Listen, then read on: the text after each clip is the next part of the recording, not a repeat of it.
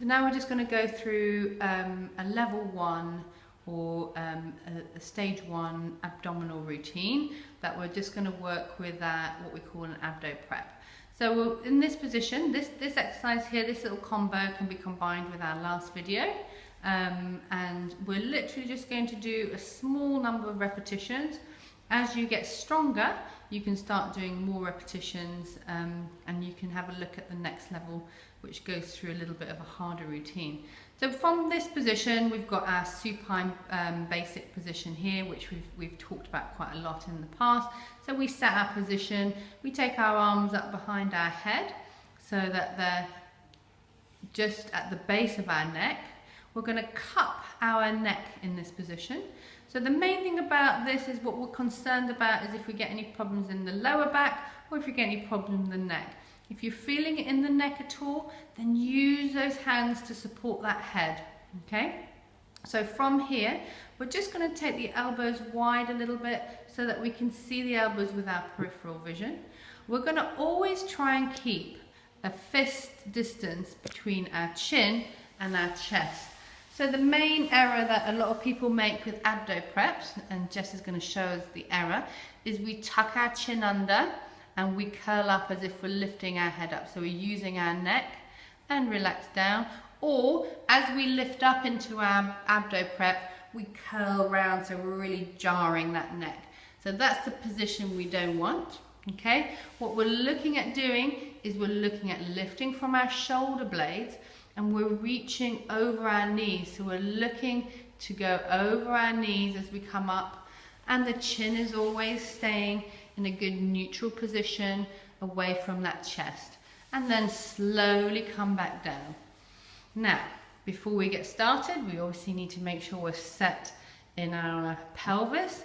So we arch the back, flatten it down, find that midpoint, and then let's gently get started. So we're going to do a set of basic curl ups. So we're going to come up for 6.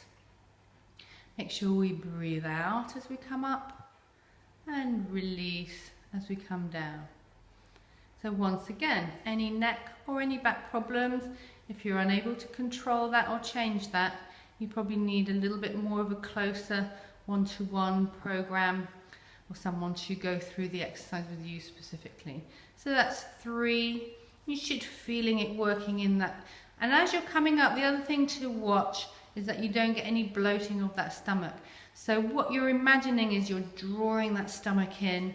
As you come up, that becomes tighter. That's 5. Last one here.